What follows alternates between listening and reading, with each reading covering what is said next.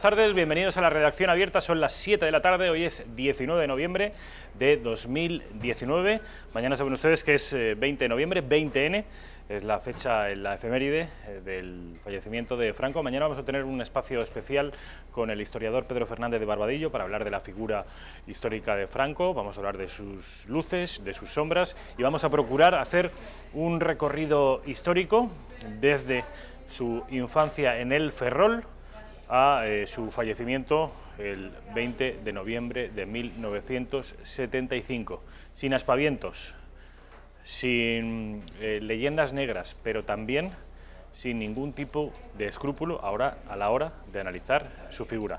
Y para ello vamos a tener, como digo, al historiador Pedro Fernández de Barbadillo, que además ha publicado recientemente un libro, estuvo aquí acompañándonos en su presentación, un libro titulado Eternamente Franco.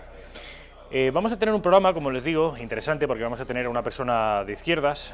Vamos a aprovechar además para preguntarle por Franco, por su figura, por todas las consecuencias que está teniendo su figura en estos días.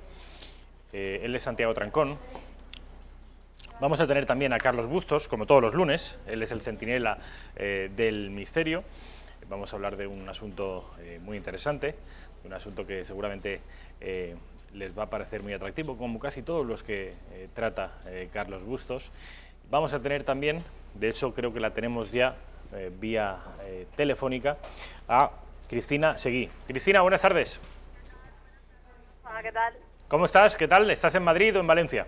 Estoy de camino. Estoy justo antes de estar en el tren, ahí en la puerta de mi vagón, el vagón 7. Nada, para conectar con vosotros en las mejores condiciones posibles. En la estación Sorolla, de Valencia. De Valencia yendo para Madrid, que esta noche tenemos gato al agua. Genial.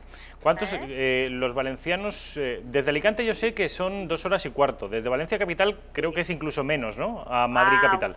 1 hora 30 estupenda, que uno aprovecha para ir trabajando, coleccionando y apuntándose para los programas, pues los acosos que intentar capitular los acosos que últimamente están viviendo políticos, jueces, fiscales y periodistas, para recordar, y sobre todo mañana que también tengo programa por la mañana, que la mayor amenaza no es Franco, sino los totalitarios y los fascistas contemporáneos, ¿no? Los CDRs, los Torras y compañía, ¿verdad? Estamos viendo, Cristina, tú no lo ves obviamente porque estás al teléfono, pero estamos viendo, los espectadores de la redacción abierta están viendo como una turba de, no sé si 30 o 40 personas, muchos de ellos encapuchados, otros embozados, te escupen, te insultan, tratan, que no lo consiguen, de humillarte, te roban, en fin, todo tipo de tropelías, 40 tiparracos contra una mujer, y resulta que 2 de ellos, y esta es la buena noticia, Cris, es por eso que te llamaba, 2 de ellos ya han sido aprehendidos, ya han sido capturados por la Policía Nacional. Así es. Cuéntanos. Los presentaremos también con nombres y apellidos hoy en el Gato al Agua. Se trata de dos chavales, por llamarlos de alguna manera, que pertenecen a los colectivos llamados falsamente colectivos antifascistas y de Arran. Bueno, pues gente que pertenece directamente a esos colectivos y que además, y que eso es lo peor, pues que están bajo el amparo del poder público valenciano y del poder mediático también, ya que esta manifestación, no la olvidemos, la convocaba Acció Cultural del País Valenciano, que entre otras compañías en las 2 últimas semanas han llegado a recibir hasta 1 millón de euros por parte de Ximo Puig y de Joan Ribó, ¿no? Esta gente, para los espectadores que no sean de la Comunidad Valenciana, ¿quién son estos de Acció Cultural del País Valenciano? Acció Cultural del País Valenciano, junto a la ANC, y creo que es, no recuerdo muy bien la que está en Baleares, pero vamos, nuestro amigo Jorge Campos recuerda muy bien el nombre, creo que es Obra Balear. Están federados con la misma federación, la Federación Jules, y que Pues no es como la ANC, sino que es la ANC. De hecho, su hipoteca la paga directamente el despacho de la Generalitat de Cataluña y su función es la de acometer y completar con éxito la ingeniería social, ya no solo catalanista, sino separatista, lograr aglutinar y hacer este tipo de ingeniería social y cultural que convierta a la Comunidad Valenciana pues en el esfínter de Cataluña, ¿no? En la federación, lo que ellos llaman los países catalanes. Sí, sí, es como hablar de Narnia o de la Tierra Media, en fin. Así es. Estamos viendo, Cristina, estas imágenes, que desde luego es que yo las he visto 1000 veces, pero siguen siendo estremecedoras por lo cobarde, por lo miserable, por lo canalla. Se identifican, las cámaras identifican a 5 tipos. Entiendo que al menos 2 de ellos son los que han sido... Sí, vamos a ver, sobre todo hay que decir que la operación está abierta, ¿vale? Porque estos dos, ahora mismo no veo las imágenes, pero hay uno de ellos que llevaba la sudadera azul, y otro así con gafas y así gordito que llevaba una sudadera roja, granate, exacto. Sí. Granate, que tengo que decir que delante de la policía pues no eran tan valientes. Uno de ellos llegó a llorar y a cantar la Traviata. Sí. El de las gafitas y la sudadera granate, este tiene una cara tonto, Cristina, perdona que te diga. Sí. El de las gafitas, su propia abogada necesitó de la ayuda de un policía para lograr entender a su propio cliente. No hablaba en catalán, hablaba en algo parecido al castellano, en lo que él podía esbozar. Y el otro, pues era el que cantó la Traviata y que además de escupir, pues que se ve que también sabe llorar, ¿no? Sabe llorar. Y bueno, ambos con antecedentes policiales. A uno de ellos creo que le piden 4 años por agredir y por partir la nariz a una persona. Y esperemos que no se vayan de rositas. De hecho, estoy segura de que no se irán de rositas. Otro de ellos que sale con una perilla negra y con una sudadera negra y es importante, un brazalete rojo. Sí, lo acabamos de ver justo ahora. Bueno, pues este forma parte de la organización del evento, por eso lleva el brazalete rojo. Era en teoría seguridad del propio evento. Este es el señor que me pega en la muñeca y me tira el teléfono móvil. Pues yo creo que es la primera vez o la segunda vez que me lo tiran al suelo, ¿no? Así que bueno, pues Oye, también me está al caer. Cristina, tú en ese momento, cuando estás rodeada de 40 o 50 tipejos, ¿tienes miedo? ¿O el nivel de adrenalina es tan grande que sientes otra cosa? Pues mira, no va a sonar muy fanfarrón, pero no es miedo. No es miedo, porque en ese momento yo creo que lo que intentas es ganar pues espacio vital entre tanta gente. De ahí que obviamente yo también reaccionara y yo también les insultara y yo también les llamara por su nombre. También te digo que fui muy diplomática para lo que en realidad es este tipo de gentuza. Y realmente no. Y te puedo decir que lo que sientes en ese momento es un subidón de adrenalina, porque ves que hay gentuza que amparada no solamente, como te he dicho antes, por el poder público, sino que también recibe la protección de 850 policías en una operación de seguridad sin precedentes. Yo no la he visto nunca igual. Por órdenes políticas y pues que están convirtiendo tu casa en un centro neurálgico del miedo y de la ideología nacionalista. La última pregunta, Cristina. Me gustaría que nos hicieras partícipes de todas las asociaciones feministas y contra la violencia machista que se han puesto en contacto contigo para solidarizarse contra esta agresión, no de un hombre, sino de 80 hombres contra una mujer. ¿Cuántas han sido? Pues mira, de algunos hombres y también de un par de mujeres, porque tengo que decir que de todos ellos la que me dijo que me quería matar era una señora.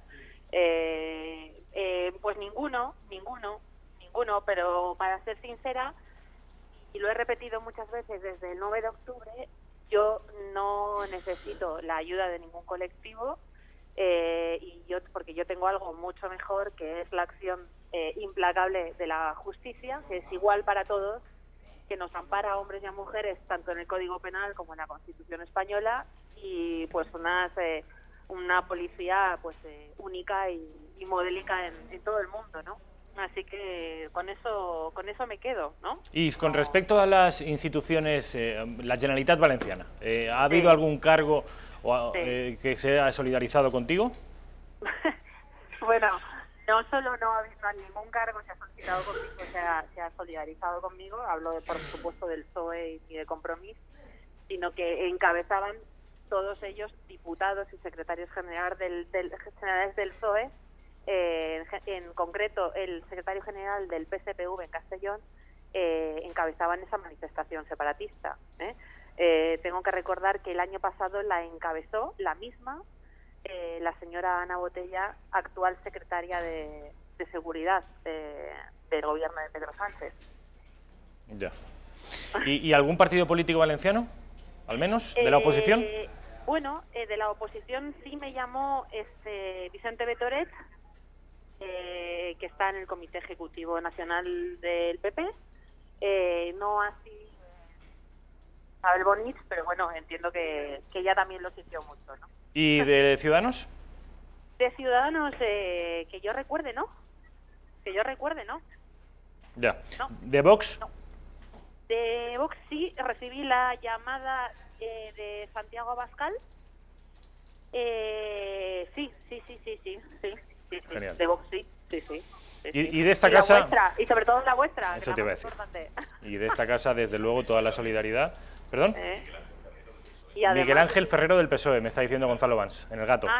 Sí, bueno, sí, por supuesto, esa misma noche, porque conectamos en directo desde El Gato, Miguel Ángel Ferrero y también Joserra. Joserra, sí, del Partido Popular. Que también estuvo ahí, Joserra estupendo.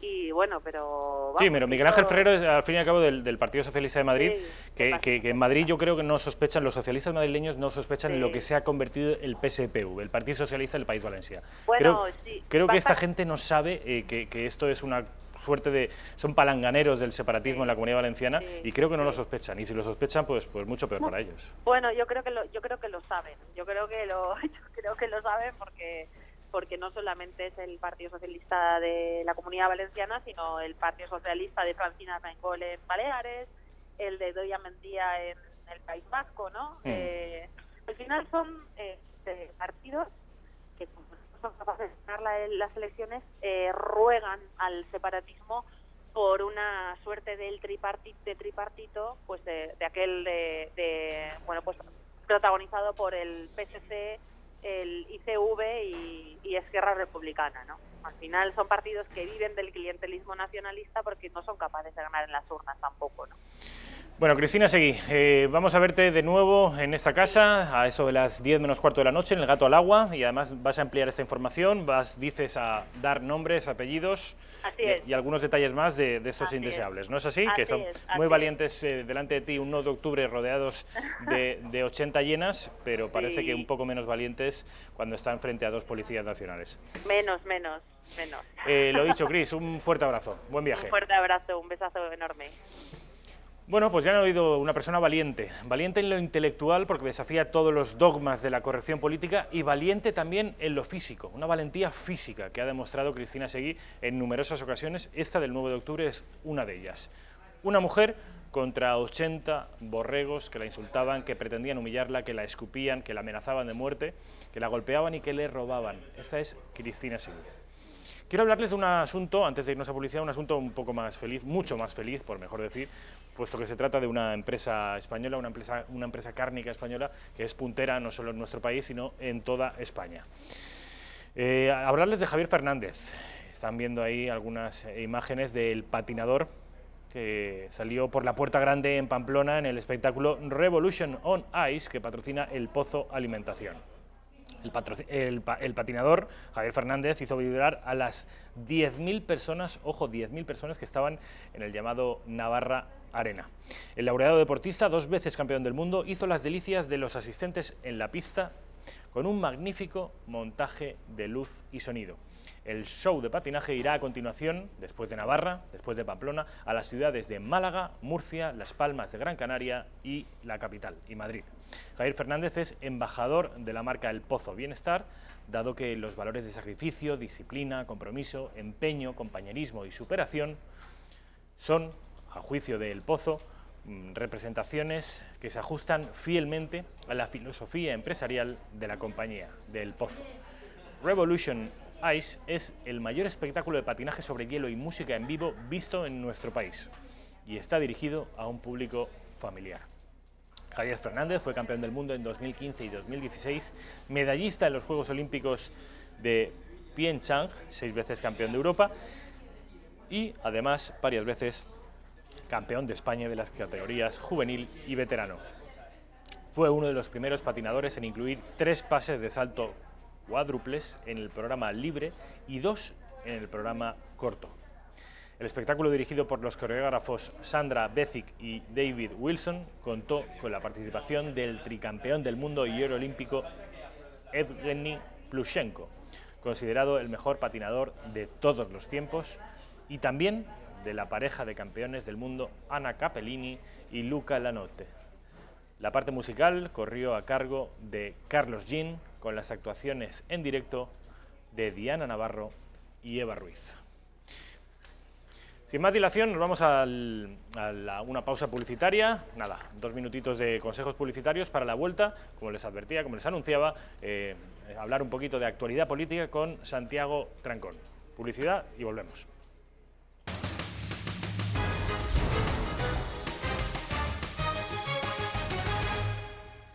Pues ya estamos de vuelta en la redacción abierta, estamos con Santiago Trancón. Santiago, ¿qué tal? ¿Cómo estás? Buenas tardes, muy filólogo, bien. Él es filólogo y uno de los pioneros en el combate cultural e intelectual contra el separatismo. Saben ustedes que siempre me gusta decir, porque yo lo ignoraba la primera vez que estuvo Santiago aquí, que él fue no uno de los partícipes, sino el redactor de aquel manifiesto de los 2.300, todos aquellos profesores, maestros, intelectuales, que en la mayoría de los casos acabaron marchándose de Cataluña. Hoy hemos visto, por cierto, como en una cesión más, esas cesiones que el Estado concede a los separatistas para que nos den un par de años de tregua, en el mejor de los casos, y para que nos concedan la naturaleza de país democrático. Dependemos, al parecer, de los separatistas para que ellos nos regalen esa condición de demócratas. Si ellos no nos dicen que somos demócratas, nosotros agachamos la cabeza y asumimos lo que ellos digan. Tal es el sometimiento moral al que estamos, que tenemos respecto del separatismo. Es una cosa tremenda. No sé si sabes, Santiago, que el Ministerio de Defensa ha renunciado, después de 20 años, a que el Ejército tenga su propio stand en la escuela, me he enterado. En la escuela educativa de Barcelona, que es la más importante de Cataluña. Ya no estará el Ejército, que por cierto era uno de los stands más visitados por los jóvenes catalanes. Son síntoma tras síntoma que van en la misma dirección y, curiosamente, por lo que lo has referido, nosotros, y yo y mucha otra gente, intuimos que eso iba a ir en esa línea y nos quedamos cortos, porque los pasos que se han dado y que se siguen dando día a día y que se están precipitando, sobre todo ahora con el gobierno de Pedro Sánchez, son ya el límite de lo aceptable. El Estado un poquito más y ya quiebra por todos los lados. Si ni siquiera se puede, digamos, hablar a los niños del Ejército, es que ese país ha perdido ya el rumbo por completo. Lo disfrazará el separatismo y Ada Colau y el populismo. Populismo geográfico, que es el separatismo, y el populismo de tipo estrictamente o rigurosamente político, que es el de Podemos. Hay 2 tipos de populismo. Bueno, pues ambos populismos tacharán la presencia del ejército español en el stand como militarista. Pero no se engañen ustedes, es una excusa. Lo del militarismo es la excusa. En realidad, lo que les molesta no es que sea militar, sino que sea español. Esa es la causa principal, porque a los podemitas bien que les gustan los uniformes militares de Cuba, del Che Guevara o de... Sí, o ese ejército paralelo que intenta montar con los mozos de escuadra, ¿no? Pero son las dos cosas, porque en realidad no se dan cuenta de algo, vamos, es una conducta realmente incoherente, ¿no? No existe un país sin un ejército, no existe un país sin unas fronteras. Y si no tuviéramos ese ejército no tendríamos país y no tendríamos fronteras. Y todos estos que ahora están ahí y tal, están beneficiándose del hecho de que España sea un país democrático con su ejército que defiende sus fronteras. Si eso no existiera, ¿qué existiría? Es decir, una de las imposturas más deleznables de todos los independentistas es que están disfrutando y aprovechándose del hecho de que España es una nación sólida, constituida, con su Estado, con su ejército, con sus fuerzas de seguridad, con su protección, fíjese, ante el terrorismo, ante el yihadismo, ante miles de cosas, con todas las enormes ventajas que supone un Estado moderno en todos los niveles. Están disfrutando de ello, pero están renegando de ello al mismo tiempo. Y es un total contrasentido, porque si a esto les dejáramos de repente solos en el mundo, sin fronteras ni nada, pues se los comía cualquiera en 2 segundos, ¿no? No tenían existencia y ahí se acababan todas las identidades del mundo, ¿no? Que dejaran de ser ciudadanos españoles, ¿qué iban a ser? ¿Por qué no renuncian a ser ciudadanos españoles? Si son súbditos de un Estado fascista, criminal, como es España, según ellos, ¿qué hacen que no renuncian a la ciudadanía española? Pues es otra de las cosas absurdas, pero bueno, que es ese juego totalmente perverso, mentiroso, engañoso, que es aprovecharse de todo y al mismo tiempo renegar de ello. Yo les explicaba a los espectadores de la redacción abierta al principio del programa que mañana, 20 de noviembre, es el aniversario de la muerte de Franco, y quería hablar contigo, Santiago, también de la figura de Franco, en tanto que hombre de izquierdas, como eres. ¿Qué edad tenías tú, recuerdas, el 20 de noviembre de 1975? Pues mira, la edad no lo sé, pero estaba en Barcelona, ya. ¿Pero trabajando ya? Sí, justo ese año empecé a trabajar. Estaba en el instituto, empecé a trabajar y naturalmente viví el momento con mucha preocupación, con mucha conmoción. Yo además tenía pendiente un consejo de guerra, de estas cosas que se cuentan solo ahora en intimidad contigo, ¿no? Por una tontería, porque yo estaba... de guerra. Sí, tenía un consejo de guerra. Que esto suena para asustar, ¿eh? Entonces todavía existía eso, exactamente. ¿Qué habías Porque hecho? yo había hecho una cosa muy inocente en la época, que yo daba clases en el Instituto de Santa Coloma por las noches a gente, y se me ocurrió promover una revista que se llamaba Nocturnidades. Era un nombre ingenioso, y ahí se escribían los chavales de todos, los animé, y tenía uno de mis alumnos, pues tenía un hermano en la mili por Mallorca, no sé qué, y murió en un accidente de estos de maniobras militares y tal, y el niño, pues este chaval, pues se desahogó, hizo un artículo ahí, y un poco pues el ejército culpable, no sé qué y tal, bueno, cosas muy de la época, y bueno, tenía su exageración, pero el dolor aquello tenía, y bueno, lo dejé publicar ahí. Naturalmente había un conserje de la vieja guardia de Franco en el instituto, me denunció y estuve ya, pues pasé un par de días en un calabozo en Villa Layetana, en Layetana no, en la Conde de Asalto, donde estaba la Guardia Civil y tal, y a raíz de eso se me inició un proceso, un consejo de guerra, ¿no? Porque coincidió además con la época en que Boadella se había fugado y el ejército estaba muy cabreado en todo, como se escapó del hospital clínico, después de lo del espectáculo aquel de La Torna, donde también pues, cuestionaba esa justicia militar que entonces todavía seguía y que no respondía a cánones mínimamente democráticos. Bueno, pero entonces en aquella época, en aquel momento, yo estaba así. Por curiosidad, porque hay veces que la intrahistoria es incluso más interesante. Sí. Esos 2 días que pasaste en el calabozo, ¿cómo te trataron? Bueno, en aquella época era sobre todo la técnica era del aislamiento total. ¿Pero no te pegaron una paliza? No, palizas no, entonces ya palizas era más. La paliza ya es en casos muy burdos y ya no se utilizaban.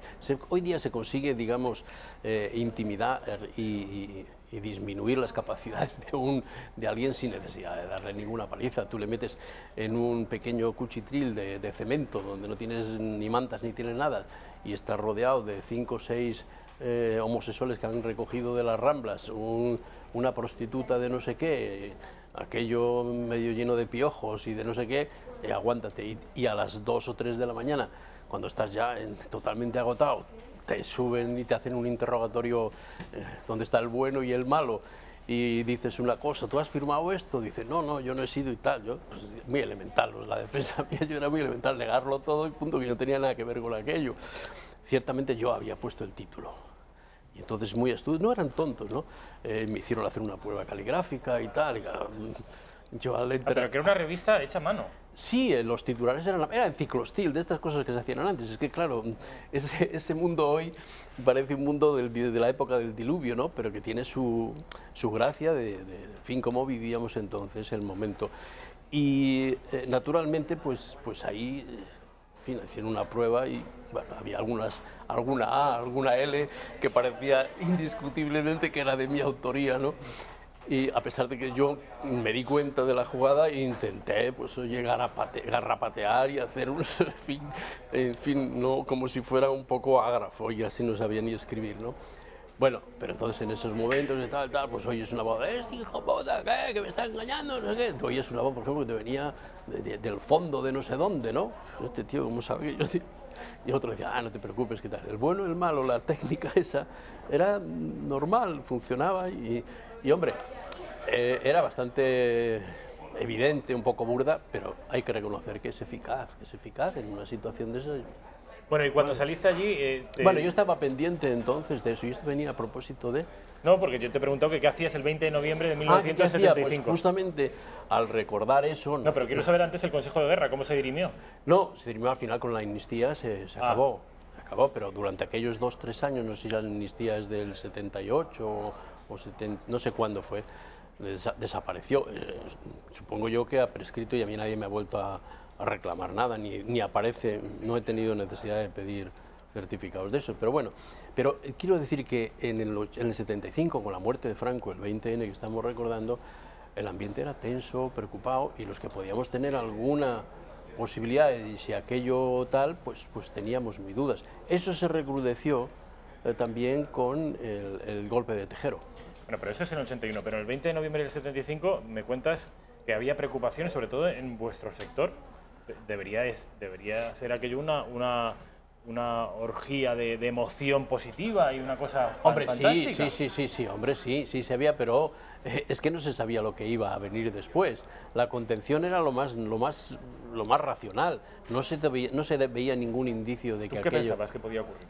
Hombre, que eso podía continuar durante un tiempo degenerando y que posiblemente podía llegar, pero claro, las alternativas no se pasaban. Yo creo que en otra guerra no se pensó casi. La gente muy mayor sí tenía ese miedo, pero era simplemente que aquello se prolongara y se redefiniera y que no saliéramos de aquella situación, ¿no?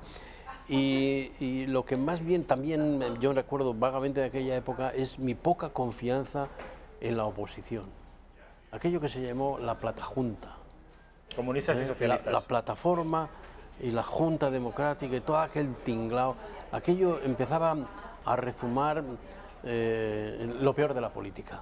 Es decir, esa sensación de cambalaches, de acuerdos, de cosas bajo... Tampoco se rumoreaba como había un acuerdo ya con los franquistas para esto, para lo otro.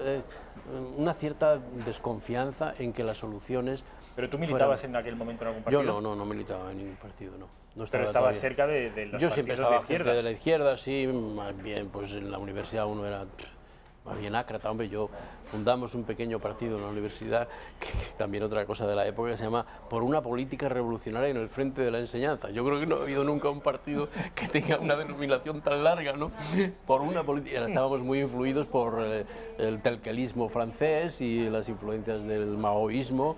En esto Federico Jiménez dos Santos andaba también en las mismas historias, no estaba conmigo, pero quiero decir, recuerdo, pues por una otra referencia sintomática que curiosamente nos encontramos luego con el manifiesto y que a él desgraciadamente le provocó que le dispararan en la pierna. Por cierto, en el manifiesto ese tenía también un valor muy interesante porque fíjate, teníamos gente como la mayoría éramos socialistas, gente de UGT y tal, pero había gente como Amando de Miguel, que bueno, venía del marxismo.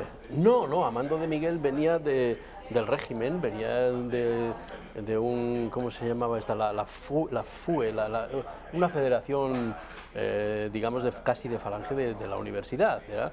Pero que además, que en esa época, casi poco antes, le habían encarcelado por haber hecho un estudio muy especial donde analizaba el franquismo y lo dejaba un poco pues sin consistencia, ¿no? Muy crítico. El informe, ¿cómo se llamaba? Bueno, un tocho enorme que dirigió un estudio, el primer estudio sociológico serio de la sociedad española en aquella época, ¿no? Pero una persona, pues bueno, pero que estaba cada vez más cercana, un poco más hippie y tal, pero luego estaba una persona que era un marxista-leninista convencido, como era Carlos Sagún. Que vamos, era partidario, vamos, de Lenin y Carrillo ya le parecía totalmente un vendido, ¿no?, al capital, ¿no?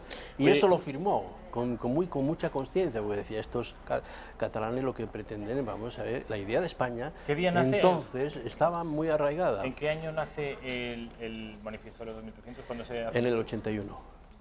Justo Antes del golpe de Estado de Tejero, sí, que tuvimos que paralizarlo porque ya bastante nos hicieron hijos de Tejero, ¿no? Y eso que lo esperamos casi 2 meses a publicarlo. Oye, ¿y tú bueno, recuerdas...? Estas son batallas ya de antes del diluvio, pero que es interesante, es muy interesante para ver Me por decías qué... que había una conciencia nacional de España. Sí, en el caso del Partido Comunista de España, Sagún. y Carlos Sagún, que era un representante, ya te digo, marxista, leninista, partidario ya digo, no de Carrillo, sino de quién era el otro, el más feroz, bueno, no me acuerdo ahora los nombres, de aquellos que vinieron del exilio, pero la idea de España estaba muy clara, era el Partido Comunista de España, y es que, vamos a ver, si uno lee... Vamos, y nuestra cultura de gente de izquierda en aquella época estaba impregnada de la idea de España, porque era la de Lorca, la de Alberti, la de Miguel Hernández, la de Juan Ramón Jiménez, toda la generación del 27, la de León Felipe, todos los exiliados. Es que tenían la palabra España, digamos, en sus versos, en sus escritos, cada 4 líneas, no había ninguna duda, ¿no? Y luego, incluso antes, la generación del 98, exactamente lo mismo. Es decir, que teníamos una tradición donde la idea de España era una idea totalmente ligada no sé, a una idea positiva de España. Solo después empezó eso a pervertir. ¿Cuándo se jodió la cosa? Pues yo creo que a partir de los catalanes y a partir de la transición y de como 5 años más o así de la transición, que Cataluña empezó a tomar el control de lo que sería la alternativa al franquismo, lo que tenía que venir después.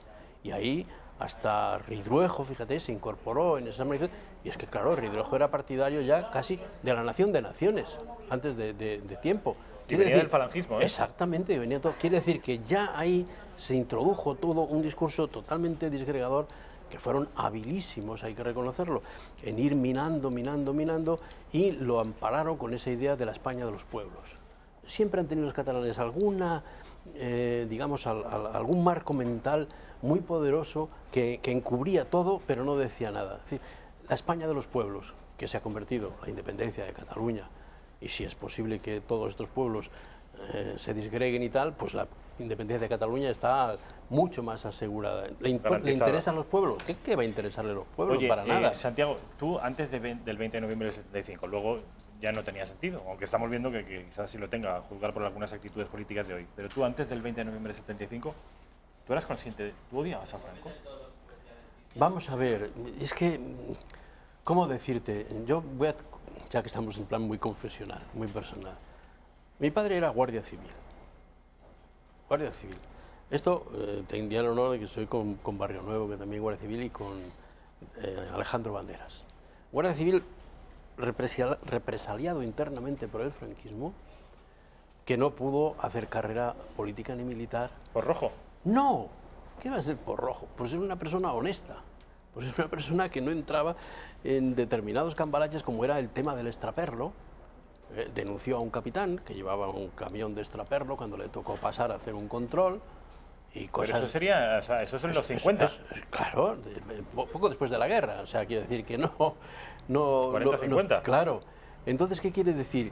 Que en aquella... Por eso, claro, juzgar el franquismo de una manera frívola y tal como hacen estos, y pegar un brochazo, y bueno, es que es tan injusto para tantísima gente, incluso para tantísimo franquista, que lo era a muchos, sinceramente, otros por necesidad y otros por interés. Y otros, bueno, pues por puro interés, e incluso otros que siendo partidarios del régimen y de la situación eran antifranquistas en el sentido como mi padre. Mi padre era antifranquista. Y esto no lo puedo decir. ¿Pero qué? Sin embargo, era un señor de orden y estuvo siempre, digamos, el honor y persiguió, vamos, todo lo que hubiera a perseguir, incluidos a los rojos, naturalmente. Estuvo combatiendo el maquis en Asturias, ¿no? Y eso también. Quiere decir que simplificar, por eso yo me acerco de otra manera totalmente distinta al franquismo, porque lo he vivido de otra manera. No, Entonces, ahora te preguntaré por la idea que tienes hoy de aquel régimen y de aquella figura histórica, que es una figura histórica al margen de las filias y las fobias que a cada uno le produzca, es una figura histórica. Pero yo quiero que te traslades a aquella época, al 75, y me dijeras si odiabas a Franco.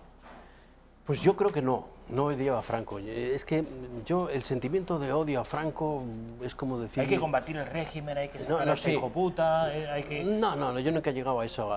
Yo sí era muy consciente de que el régimen de represión y de falta de libertad, eso era intolerable. Es decir, pero ahora, focalizarlo y atribuirlo a la persona concreta de Franco y tal, pues yo me parecía una cosa inútil, no tenía ningún sentido. En todo caso, lo que yo siempre viví, y que es la parte más negra del franquismo, es, digamos, el abuso del poder contra los más desfavorecidos y la imposición autoritaria sin piedad a aquel que pillaba por medio. Mi padre mismo, recuerdo que me vio una vez con unos panfletillos de no sé qué, y claro, me dijo, actuó de una manera contundente, dice, ¿tú dónde vas? ¿Qué haces? ¿No? Y eso él lo vivía de forma como si fuera una obligación total, y decir, ¿dónde vas tú con esto? ¿Dónde vas tú con esto? Que esto nos arruina el país. Y es que el miedo... Te lo quitó, los panfletos, ¿no? Te dijo, totalmente fuera déjate de tonterías. Claro, absolutamente. Quiere decir que lo del franquismo, lo peor, es la atmósfera de miedo y de terror que impuso. Que eso se interiorizó mucho, pero muchísimo más de lo que podemos imaginar. Claro. De miedo y de terror, pero para algunos españoles, había otros que vivían... Sí, pero bueno, yo te puedo decir la inmensa mayoría, esa es la verdad, no vamos a hablar de gente que estaba situada y tal. La atmósfera del día a día, Tú sabías que, y además era ese terror difuso, que para mí me parece que eso es muy, muy nefasto, pero que vamos, eso no es incompatible con luego... analizar infinidad del desarrollo, el éxito en otros muchos campos que se ha dado, porque eso no es incompatible con lo otro. Ahora, si yo te puedo decir que personalmente el aspecto más negativo del franquismo ha sido precisamente el uso del miedo que se va heredando. No quiero decir que cuando yo nací hubiera terror, no, pero había una atmósfera suficiente. Claro, si yo te cuento, en Valderas, donde yo estuve en mi pueblo, precisamente estoy intentando hacer una novela sobre eso, y es que me he dado cuenta lo difícil que es ser justo en todas esas situaciones. Claro, fusilaron a 100 y pico, prácticamente en nada. Y claro, si tú me cuentas la misma historia de qué se hizo en Cabra o el otro y tal, te diré, pues oye, es que no estoy con esto diciendo, pero que precisamente el terror de la Segunda República se ha ocultado. Que eso me parece nefasto. Si ha habido un terror, hubo un preterror en los años del 31 al 36. Exactamente, donde estaba la República, que fue exactamente igual, incluso en algunos casos infinitamente más brutal. Pero vamos, no vamos a competir en brutalidades, porque eso es absurdo. Y además aquella gente, ten en cuenta que es que en esa atmósfera donde ya no se controla nada, surgen los más perversos y los más malvados, son los que se ponen a la cabeza de todo, tanto de un lado como de otro. Y eso fue así. Entonces, claro, ¿cómo no vas tú a creer que en un pueblo de 2000 habitantes, como podía ser mi pueblo, en Valderas, que fusilen de manera a veces muy cruel a 115 y tal, obreros y tal, esa huella, ¿cómo no la vas a ver luego en los años 50 y cómo no lo vas a oler en uno que hablas con él y con otro? Si ese pueblo de tal es otro donde ocurrió al revés, que se cargaron a 100 y pico falangistas o simplemente al cura, religiosos y tal, exactamente pasaba lo mismo. Pero entonces, la España, yo he leído mucho en los años 50 y 60 los españoles ya estaban reconciliados. ¿Me estás diciendo que esto no es así? ¿Esa huella? No, yo por lo menos creo que no estaban reconciliados.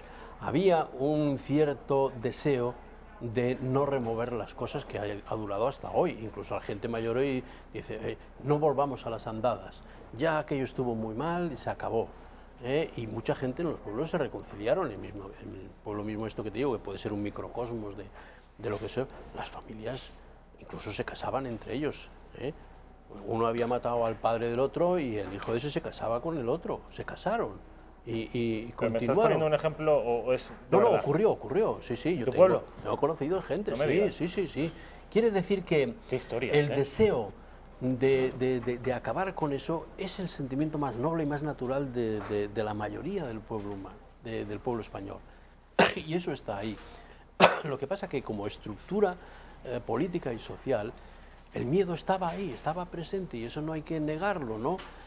Tampoco produjo, digamos, a partir de los años 50, 60, aquello ya era otra cosa, ¿no? Hay que reconocerlo también, y dio paso a otra. Pero vamos, el franquismo se podía haber ahorrado muchísimos de esas cosas si hubiera tenido un espíritu más generoso, si no hubiera tenido desde la Iglesia misma incitando a determinadas actitudes totalmente inadmisibles, nada cristianas. Era difícil la apuesta, pero se podía haber hecho. Se podía haber hecho una España desde los inicios, después de la guerra, vamos a ponerlos 10 años después, mucho más generosa, muy distinta, porque ya no había nadie con capacidad de resistir. El franquismo era una fuerza tal que el único miedo que tenían era que atentaran contra Franco, era el único peligro, pero el resto, ¿quién iba?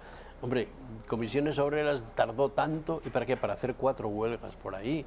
Al fin y al cabo no era para subvertir el orden. Nos queda muy poco tiempo, Santiago. Uy, nos hemos ido. Sí, no, bueno, no esperábamos. no, desde luego teníamos ni idea de. Ni hemos tocado ni vamos a tocar ya porque nos queda muy poco tiempo. A mí me gustaría, claro, distinguir la izquierda y la derecha. Ninguno porque de los ya que nos situamos un poco. No, lo vas a hacer el próximo día tema, que vengas, pero. Porque conviene también la confusión enorme que hay en esto de izquierda. Vamos a hablar y de izquierdas y derecha, pero eso será otro día, Santiago, porque ni vamos a hablar hoy de izquierda y derecha, ni vamos a hablar de ninguno de los 5 temas de actualidad que yo pretendía abordar con Santiago, pero es que me interesa mucho más esto, porque de actualidad me pueden hablar casi todos los que vienen. Y de estas experiencias personales, es esto que me dices de tu pueblo de Banderas, ¿no? Sí, Valderas. Valderas, en León, de que se casan el hijo del asesinado con la hija del asesino, o sea, me parece tan tremendo.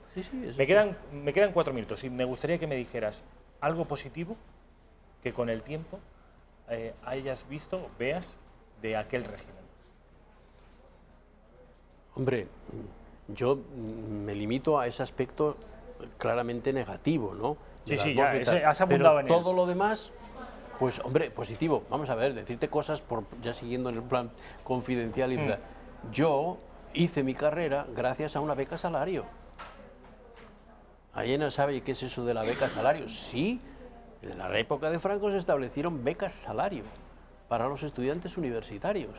Y yo hice mi carrera universitaria en Barcelona gracias a trabajar de maestro, haciendo lo que sea, pero por una beca salario, que me daba un dinero suficiente como para ir viviendo. Bueno, a su vez yo de niño estuve en los maristas y a su vez recibí desde niño también becas que beneficiaban un poco a mi familia y a los propios maristas. Es decir, por ejemplo, eso es un ejemplo muy concreto, desde el punto de vista social, enseñanza de lo que sea, los que estábamos perdidos en pueblecitos por ahí, que no hubiéramos tenido ninguna oportunidad de nada, se nos dio una oportunidad porque entonces, por lo que fuera, por favorecer una enseñanza católica, religiosa, o simplemente, pues ahí está. Y yo soy el que soy gracias a ese sistema de ayudas sociales que durante el franquismo se estableció.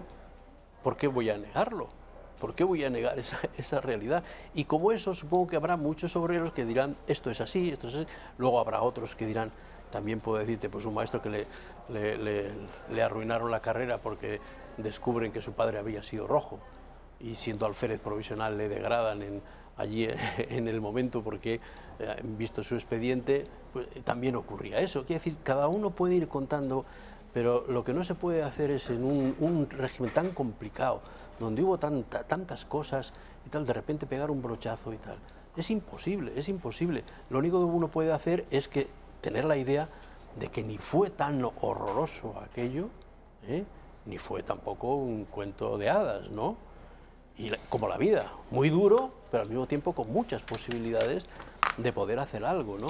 Me interesaba mucho la perspectiva, el filtro a través del cual mira Santiago Trancón, que fue uno de los intelectuales que combatió el primer catalanismo político, un hombre de izquierdas.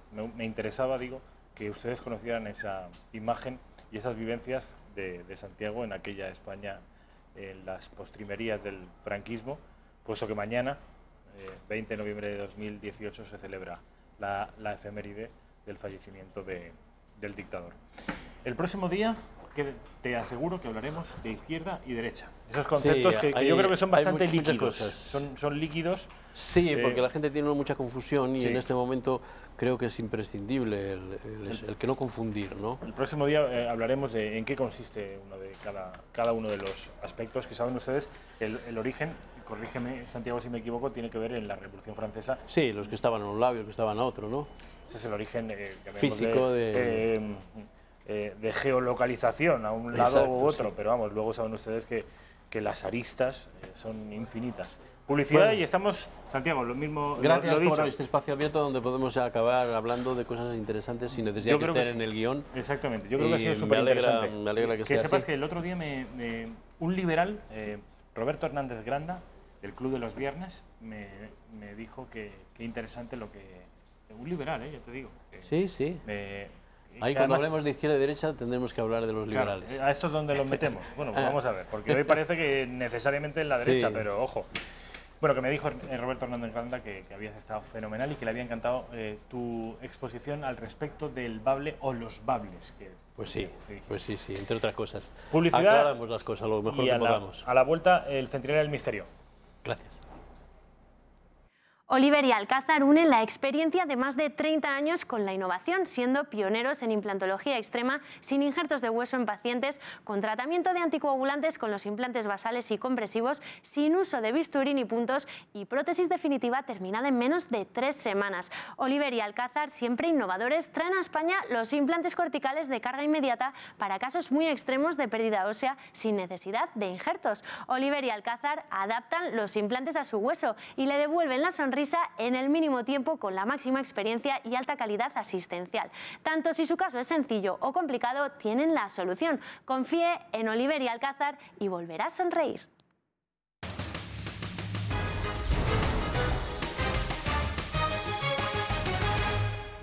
¿Qué tal? Pues le estaba colocando el micrófono al Centinela del Misterio. No sé si escuchan...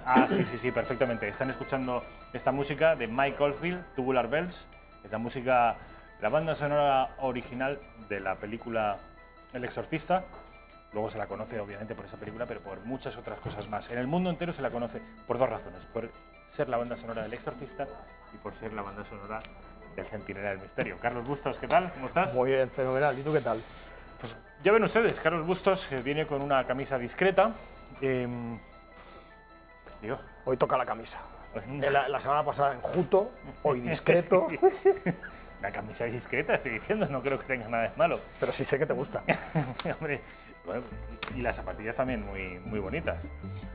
Carlos es un tipo que le gusta mucho la moda, y además le fascina Nueva York, ahora ha ido como 50 veces, y no es una exageración, a Nueva York, y le fascina mucho el estilo americano, el estilo, la indumentaria. Acabaremos allí si Dios quiere. ¿Sí? Sí. Nueva York, qué bonito, ¿eh? A mí me encanta Nueva York, he ido 3 veces, y ya creía que eran muchas, pero aquí el amigo... ¿Cómo cuántas veces habrás podido ir a Nueva York? Muchas, es que no... Yo he dicho 50. Pero... No, menos. ¿A mitad? 25 veces. Sí. Las que quedan. Te lo conoces muy bien, ¿eh? Sí, y hoy te tengo una sorpresita que lo voy a dar en primicia aquí. Lo pensaba dar el jueves en mi programa, pero te lo voy a dar en primicia aquí. ¿Y este no es tu programa? Sí, bueno, es mi programa de radio. ¿Tú me has entendido? No me eches esa mirada. Vale. A ver, Carlos, que luego siempre me dice que se me acaba el tiempo, que no me has dado bastante tiempo. Vamos a empezar ya con el Centinela y dejemos de hablar de la indumentaria de cada uno. De manera, yo me quejo poco. Te quejas poco, no eres como los nacionalistas que estás todo el día dando la tabarra. Carlos es... Algún día tendremos que hablar de política tú y yo en este programa. Yo no le hago ascos, inconveniente? No le hago ascos a nada. No le hago ascos a nada. ¿O querrías velar por la neutralidad ideológica del Centinela? Es que yo no soy neutro. Yo soy de centro derecha. Ah, de centro derecha. Más tirando a la derecha. En plan, y según se está poniendo, moderadito. No, en plan moderadito, pero según se está poniendo España, pues me estoy volviendo más de derechas. Te estás volviendo, pero no lo eras. ¿Qué vienes Sí. de la socialdemocracia? No, tampoco eso. Pero vamos a ver, si es que yo no me escondo. Tengo un 103.000 afiliado al Partido Popular, ya está. ¿Ah, sí? Un 103.000. O sea, que son años ya.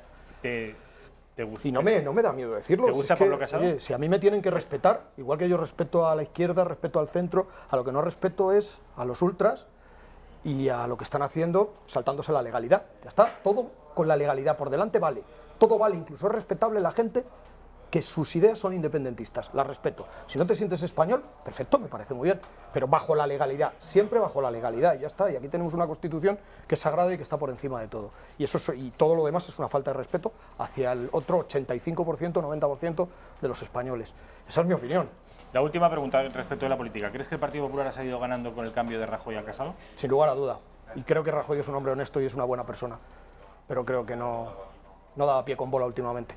Le ha tocado lo peor de España, ya está, no es por justificarle. Esa es mi opinión. Fíjate si tengo miedo yo a hablar de neutralidad. Pero escucha, es que en mi programa me han llamado Podemita. No me digas. Sí, me han llamado facha, me han llamado Podemita, me han llamado sociata, me han llamado pepero. ¿Por qué? Porque trato de ser objetivo y cuando algo que dice Podemos es correcto, cada vez menos, pero algo que dice Podemos es correcto, lo suscribo. Cuando algo que dice Pablo Casado, en su momento Rajoy, también lo suscribí. Cuando lo dice Albert Rivera, también lo suscribo. ¿Y cuando lo dice Santiago Abascal? Y cuando lo dice Santiago Abascal, también. También. Y muchas cosas correctas está diciendo. Como persona, además, una persona que defiende mi país, una persona que defiende a España por encima de todo y que lleva de lugarteniente a una persona que se ha pasado días, meses, semanas, una tortura en un zulo, ya merece todo el respeto del mundo. Estás hablando de Ortega Lara, de José Antonio. Estoy hablando de José Antonio Ortega Lara, exacto. A ver, vamos a... ya son las 8, prácticamente las 8 en punto de la tarde. Bueno, pues aceleramos un poquito y ya está. Sí. Pero bueno, si tú creías conveniente que yo me retratara, ya ves tú qué miedo. No, miedo no. Si tú miedo no tienes ninguno. Eso ya lo sabía yo, que no ibas a tener ningún complejo a decir que pues eso, eres del Partido Popular y que te gusta. A mí también me gusta, te confieso que me gusta mucho lo que está haciendo Pablo Casado y que estoy contigo en que el partido necesitaba una renovación. Buf, como el comer. Bueno, a ver, vamos a entrar en materia. Vamos al Centinela del Misterio, que saben ustedes que no es un programa de política, sino es un programa precisamente de misterio. Y lo del Centinela está muy bien traído.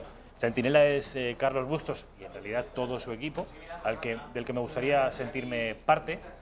Eres parte. Para mí lo eres.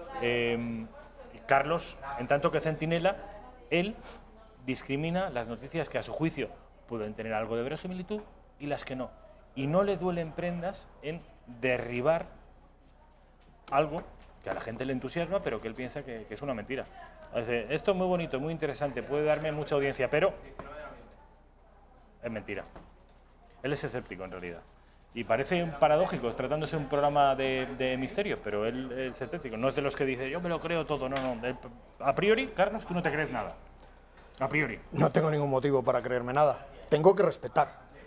El respeto. Tengo que utilizar la palabra respeto, porque mira, si este fin de semana nos hemos ganado el apelativo del Centinela, porque como me dicen algunos, tú eres el Centinela mayor, pero yo no sería absolutamente nada ni nadie sin mis centinelas, sin mis oyentes, y cuando digo centinelas me refiero más personalmente a los que trabajan conmigo en el día a día del programa.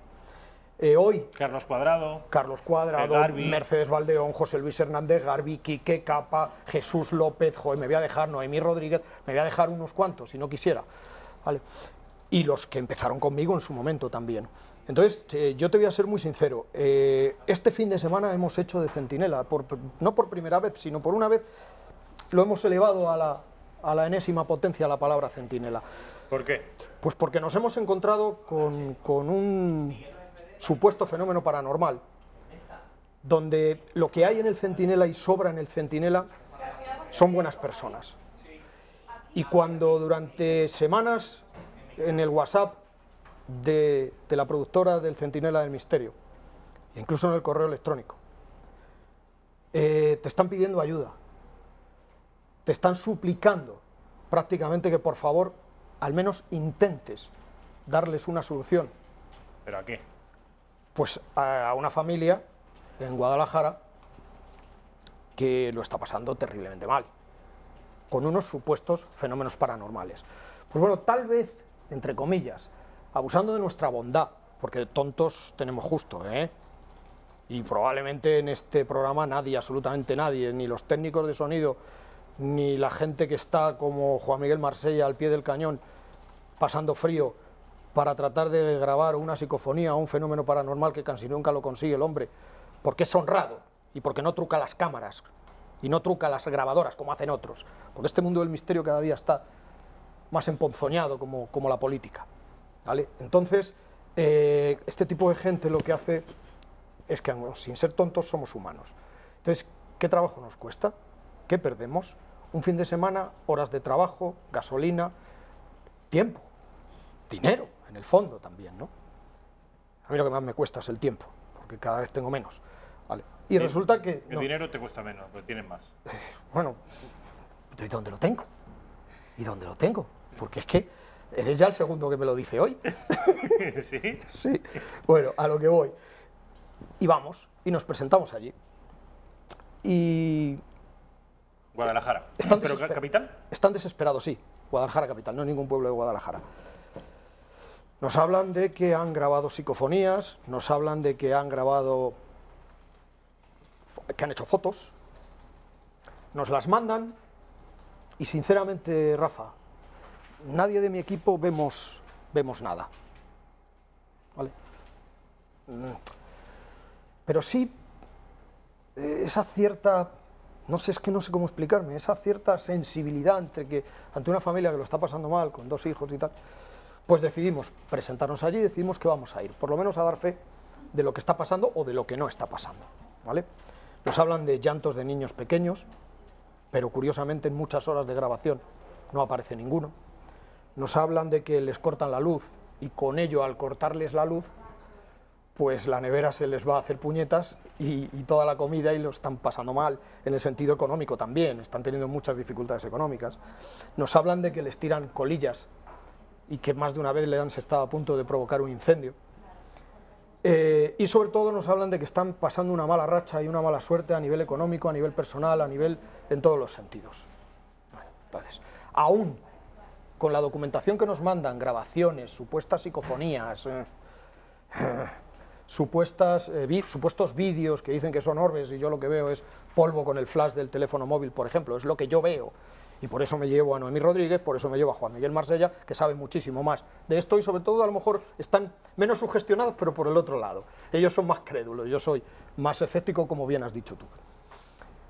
Luego resulta que según nos cuenta, todo eso lo tenemos grabado en el WhatsApp. ¿Estas 2 personas, Noemí y Carlos, has dicho? No. Noemí y Juan Miguel Marsella.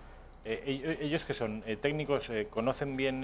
Ella tiene nociones de astrología, tiene nociones, luego es tarotista, se ha tirado mucho tiempo tirando cartas de tarot, y la verdad es que me parece una buena chica y creo que está incluso bastante preparada, ¿vale?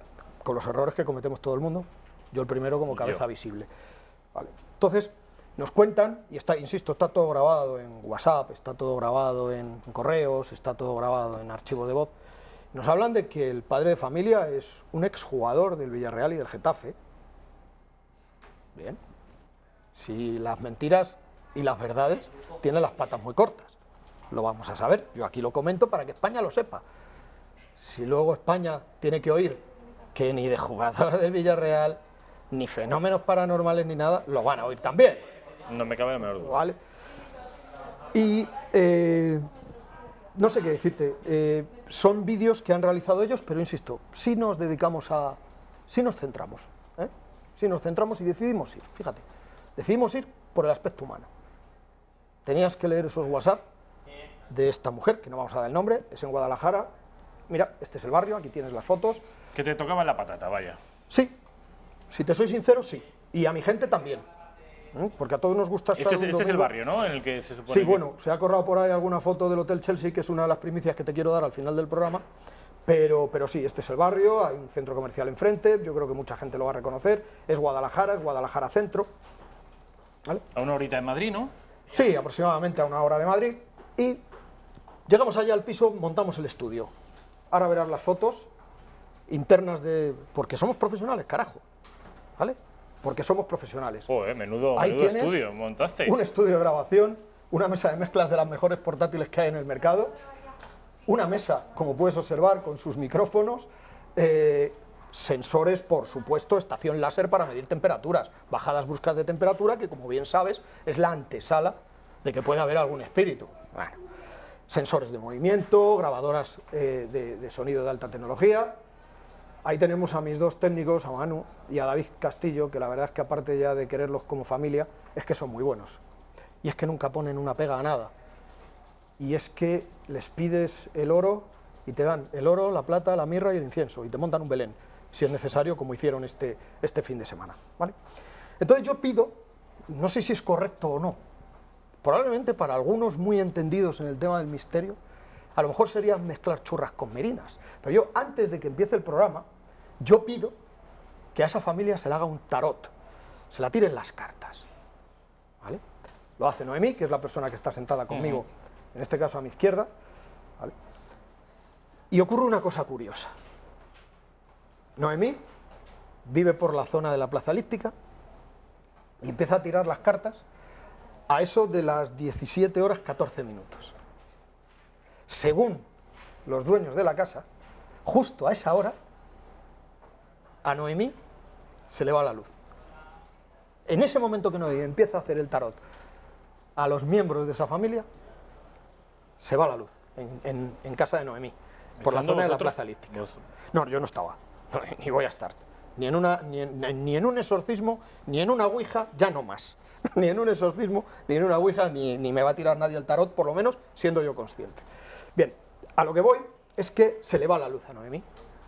Y nos confirman que en ese momento exacto se va la luz en casa de estos señores en Guadalajara, a más de 60 kilómetros de distancia. A mí eso ya me llamó la atención, ¿vale? Que te pongas a tirar un tarot y que justo en el momento que lo estás haciendo se vaya la luz. Se comprueba que es una avería general en toda la zona de la Plaza Elíptica, ¿vale? Pero ¿por qué se va también a esa misma hora? Está grabado, ¿eh? Lo que yo no me lo invento, si se lo inventa el dueño de la casa, no Carlos Bustos, ¿vale? Que se va la luz. En el tarot a Noemí también le salen muchos animales. A todo esto ella, sin saber nada, se pone a hacer un tarot aleatorio, ¿no? Contra esta familia, o a favor de esta familia. O en contra de esta familia, vete tú a saber. Ya te he dicho que las mentiras tienen las patas muy cortas. Y le salen, curiosamente, en el tarot, muchos animales. ¿Y eso qué significa? Bueno, pues cuando llegamos allí descubrimos que viven muy cerca del zoo de Guadalajara y de la Plaza de Toros. También les salen, en el tarot, les salen como coronas, como movimiento, como cosas circulares, como anillos. Entonces tratamos de buscar, o en este caso Noemí, trata de buscar una relación del porqué. En un tarot sale tanto animal, ya hemos dicho que es lo del zoo cerca y la Plaza de Toros, probablemente, ¿vale? A lo mejor es mucha casualidad y es mucho fantasear, y lo de los anillos. Y entonces rápidamente se asocia a esos círculos, a probablemente una especie como de un suceso dramático en la familia, y lo asocia a que esos círculos, a ruedas, a vehículos, pero sobre todo de dos ruedas. No habla de trenes, de autobuses, de aviones, que tienen ruedas también, y alitas, pero también a ruedas, pero lo asocia a vehículos de dos ruedas. Bicicleta, motocicleta. Un accidente. Sí, ¿y cuál es nuestra sorpresa? Cuando llegamos a este estudio improvisado, que nos dejan amablemente, que nos trataron de maravilla, montar en el salón de su casa, ¿vale? Y nos dicen que su hija, que ahora tiene 16 años, hace como un año y pico, pues tuvo una conmoción cerebral severa, ¿vale? Por una caída de la bicicleta. A todo esto el tarot no tiene que ver nada con los fenómenos paranormales que ocurren en esa casa. El tarot es para tratar de adivinarte o el futuro, o tratar de adivinarte algún tipo de problema que tienes y ayudarte a solucionarlo. No tiene que ver nada con los fenómenos paranormales, con lo cual estás haciendo un tarot y estás dando 3 de 3, ¿vale? 3 de 3. Bueno. Y en el tarot también sale que hay la pérdida, que esta familia tiene la pérdida, le ocurre la pérdida de un hombre joven. Sale una serie de cartas y Noemí deduce que alguien de esa familia ha tenido una pérdida muy dolorosa y de alguien muy joven. La dueña de la casa hace memoria y evidentemente no le cuesta ningún trabajo recordar que a su abuela, hace muchos años atrás, se le muere un hijo, siendo muy joven. Y el tarot también, a la pregunta que le hacemos a ellos de ¿tenéis un problema de celos? ¿Tenéis un problema de que alguien, no sé, ¿sabe lo que es un amarre? ¿Un amarre? No, un amarre de un barco precisamente no. El amarre es cuando te hacen una magia negra y te quieren crear una atadura. Entonces Noemí pregunta si han tenido algún tipo de celos, un amarre, una magia negra. Y los dos coinciden en que son una pareja separada y los dos coinciden, sobre todo él, en que su exmujer se ha encargado siempre de hacerle la vida imposible, de que ha sido un divorcio terriblemente traumático, ¿vale? Y que probablemente se hayan sentido que les han hecho algún tipo de brujería, de magia negra. Mercedes Valdeón dice que el mal de ojo no existe, y yo a Mercedes Valdeón la creo por encima de todas las cosas. ¿Tú te acuerdas aquello de la serie de Alfredo Landa, yo solo creo en Dios, en Franco y en don Santiago Bernabéu? Pues yo solo creo en Dios, en Santiago Bernabéu y en Mercedes Valdeón. ¿En Franco no? Sí, creo porque ha asistido. Pero no me tires de la... Tú, llévame al gato al agua, ahí tenemos a Gonzalo, mira. Llévame al gato al agua y te escupo todo lo que quieras también sobre eso. ¿Vale? Por cierto que mañana es 20N. Mañana es 20N, sí. Se cumple ya 43 años. 43 años. Qué bien te lo sabes. De la muerte de Franco, claro. 20 de noviembre de 1975, en el Hospital de la Paz. Bueno, ¿tú crees a Mercedes Valdeón que ella dice que el mal de ojo no existe? Ella piensa que el mal de ojo no existe. Yo sí pienso que te pueden hacer magia negra, te pueden hacer un amarre y te pueden provocar problemas. Yo en eso sí puedo llegar a creer, ¿vale? Sobre todo con la sugestión de si te lo llegas a creer tú. Claro. ¿Vale? Porque si tú no crees... Yo lo primero que hice cuando montamos el estudio improvisado es preguntarle, ¿pero vosotros creéis en todas estas cosas? Y nos decían, ahora sí. Digo, bueno, pues de la misma manera que creéis en todas estas cosas para temas negativos, intenta creer para temas positivos. Y como decía el gran Jiménez del Oso y como decía el gran Germán de Argumosa, quítate de la cabeza, no le des importancia y seguramente todos esos fenómenos que te tienen amargada la vida van a desaparecer. Créelo, pero en el aspecto contrario. Conviértete en un escéptico redomado y considérate más fuerte físicamente y psicológicamente de aquello que te está amargando la vida. Bueno, pues en este caso a Germán de Argumosa y a Jiménez del Oso les funcionaba muy bien y de hecho, no sé si te acordás que hablamos aquí del programa del Expediente Vallecas. Es lo que dice Fernando Jiménez del Oso cuando se entrevista con esos niños en la casa del piso de Vallecas, que se olviden que ahí no pasa nada, que es su gestión, y como nos confirman los hermanos, concretamente Maximiliano, nos confirma y dice, es que a partir de esa visita de Jiménez del Oso, que también estuvo Sol Blanco Soler en esa casa, a partir de esa visita de don Fernando Jiménez del Oso, prácticamente desaparecen todos los fenómenos paranormales. Y los que seguían eran provocados consciente o inconscientemente por nuestra propia familia. Bueno, pues, Rafa, después de muchas investigaciones, después de escuchar 2 horas y media de grabaciones, después de que Juan Miguel Marsella se dejó, con perdón Juan Miguel, la cornamenta allí para hacer vídeos, para hacer fotografías, a veces tienes que tragar sapos y culebras porque te están diciendo una cosa y te dan ganas de hacerles así, quedarte mirando y diciendo, te vas a reír de tu madre. Vale, bueno, pues Juan Miguel Marsella para eso es un amor. Y es el tío con más paciencia del mundo, por eso ha triunfado tanto escribiendo libros de parapsicología y siendo para mí un gran parapsicólogo y un tío serio. Bueno, pues después de todo aquello hemos llegado a la conclusión de que tienen tal grado de sugestión, de que como mucho les han echado un mal de ojo y de que están tan sumamente sugestionados y tan sumamente paralizados porque, insisto, ellos ven cosas. Pero nosotros hemos grabado, sus grabaciones no aparece prácticamente nada, motas de polvo, orbes, pero ¿de qué estamos hablando? Si se ve que son motas de polvo producidas por el flash del teléfono móvil, así de claro. Y luego, sonidos, pues hombre, llantos de niños, nosotros no escuchamos nada.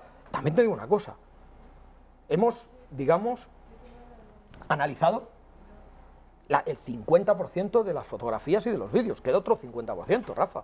Tú sabes que ni se me caen los anillos y yo me rasgo las vestiduras aquí, en directo y en cualquier sitio, y digo, mire usted, señores, mire lo que ha aparecido aquí. ¿Se lo quieren creer o no se lo quieren creer? Y si no ha aparecido nada, pues también te lo contaré, igual que te pondré al día del caso de Biondo y Raquel Sánchez Silva, igual que te iré poniendo al día de muchas cosas que estamos investigando.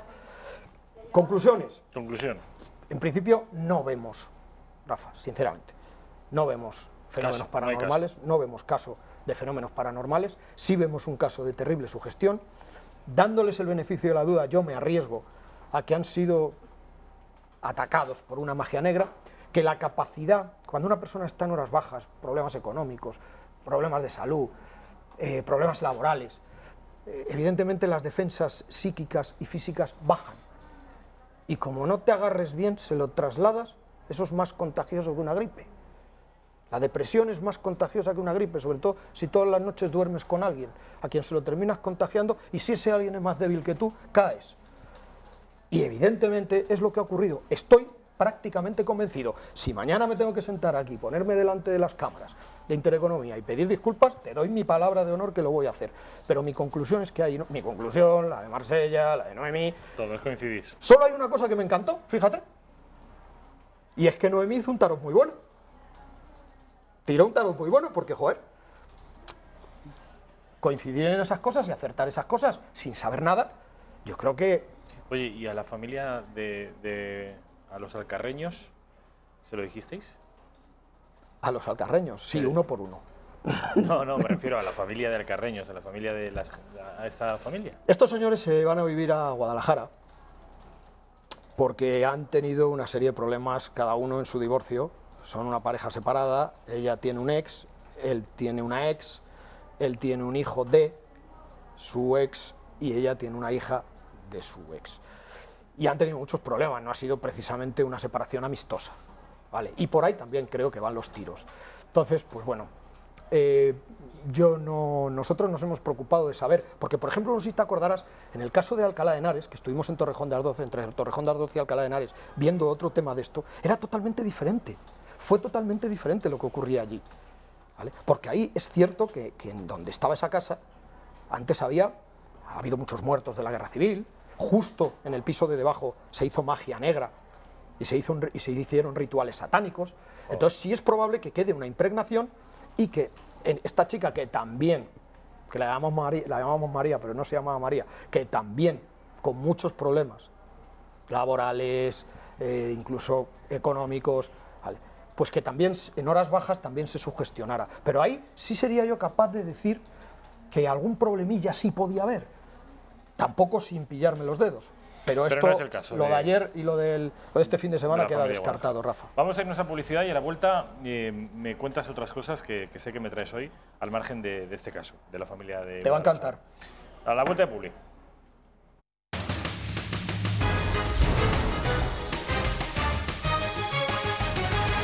Bueno, pues ya estamos de vuelta en la redacción abierta, son las 8 y 24 minutos, nos quedan 6 minutos, 5 o 6 minutos para que nos cuentes algunas novedades de casos que creo que ya hemos venido tratando aquí en el Centinela, ¿no, Carlos? Sí, siempre que grabamos un programa de radio, David Castillo me dice, joder, es que el pre-programa, cuando pasáis texto, es mejor que el programa.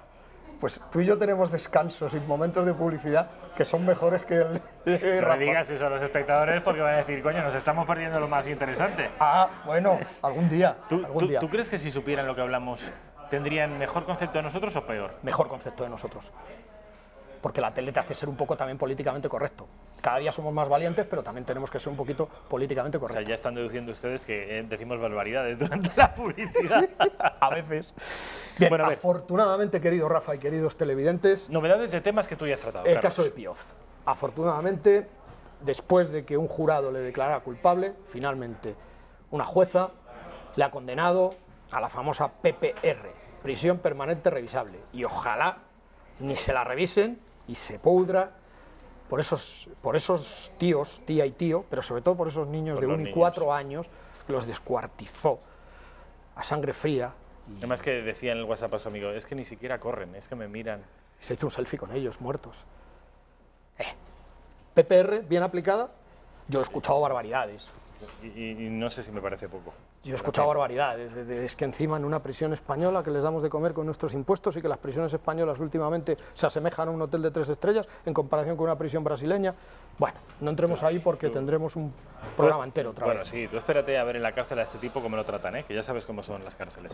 Bueno, o sea, según qué presos respecto a ese tipo de ¿Tú ves la que se avecina? A veces. Bueno, forzosamente porque a mi mujer le encanta. Bueno, pues no te digo nada lo que dice Antonio Recio Matamoros. Le van a poner atrás por detrás 15 o 20 veces. A ver, el Hotel Chelsea. ¿Te acuerdas del Hotel Chelsea? Sí. Bueno, pues estuvimos aquí y te di una especie como de primicia que nos extrañaba muchísimo, que en el Hotel Chelsea, el mismo día que asesinan a Nancy Spungen, y aquí tenemos una foto nueva de Nancy Spungen tirada en el baño, asesinada. Bueno, pues la misma noche que asesinan a Nancy Spungen, que era la novia de Sid Vicious, y sin lugar a duda la asesina Sid Vicious, porque te acuerdas que se presenta en recepción con un cuchillo ensangrentado en la mano, con más cocaína en el cuerpo que sacos de cemento para hacer la Sagrada Familia. Bueno, han hecho bien sí, yo creo que han hecho bien un poco en estropear la foto, porque era demasiado gráfica y elocuente. Esa es Nancy Spungen apuñalada en el baño del Hotel Chelsea. Bueno, lo asesinó él, seguro, vamos. Lo que pasa es que no se le pudo declarar culpable porque meses después muere de sobredosis, en una fiesta que lo organiza su madre. Bueno, pues a ver, por primicia, por primera vez, y primicia en este país, que además la dimos en televisión también por primicia, y luego la dimos en radio, asociamos que esa noche que muere Nancy Spungen asesinada a manos de su novio Sid Vicious, que era uno de los principales miembros componentes del grupo musical Sex Pistols, en ese hoja de registro que me enseña a mí en Nueva York un recepcionista en esa época del Chelsea y un policía del área metropolitana de Nueva York jubilado, aparece que está registrado John Lennon, Sid Vicious, Leonard Cohen, pero a Leonard Cohen lo dejamos fuera, y David Chapman. David Chapman, asesino, meses después, del propio John Lennon. De John Lennon en la puerta del edificio Dakota. Ese programa estuvo muy bien, Carlos. A mí también me gustó, pero sobre todo, pues bueno, pero ¿cuál es lo curioso? Que unos meses después muere Sid Vicious. Muere de sobredosis en una fiesta que le organiza su madre y vemos fotos de las invitaciones y del libro de registro donde también está invitado John Lennon. Ahí creo que Leonard Cohen no, pero John Lennon sí. ¿Y cuál es la sorpresa? El asesino de John Lennon, David Chapman, también está invitado ahí. Y meses después aparece muerto a manos de David Chapman John Lennon. Hablamos y prácticamente nos aseguraron que David Chapman, ¿qué es eso de que era un fan enfadado con John Lennon? Los fans no matan, un porcentaje mínimo a sus admirados. Simplemente un ajuste de cuentas en toda regla, porque era el camello de toda esta gente. Te conté el ejemplo de lo que decía el policía del área metropolitana de Nueva York, que llegaban furgonetas de FedEx con cocaína en lugar de con libros y al Hotel Chelsea un día así, un escándalo también. Bueno, ahora resulta... Nos quedan 30 segundos, Nunca Carlos. Pues entonces vamos a ver, rápidamente, porque tenía un par de cosas importantes, pero nada, tengo una entrevista con David Chapman, el asesino de John Lennon. Creo que nos la van a conseguir, o bien telefónica, o bien en el centro penitenciario Wende, en el estado de Erie, en New York City, ¿vale? Y vamos a ver si nos saca de dudas y si es capaz de decirnos ¿para cuándo esas coincidencias. No lo sé. Diego, bueno, esta persona ha movido sus hilos y creo que voy a poder viajar al correccional donde está David Chapman, y internado, con el asesino de John Lennon. Creo que sí. Carlos Bustos, lo que no consigue el Centinela del Misterio no lo consigue nadie en España. Sería una primicia mundial. Vamos al informativo de Intereconomía. Gracias, buenas tardes.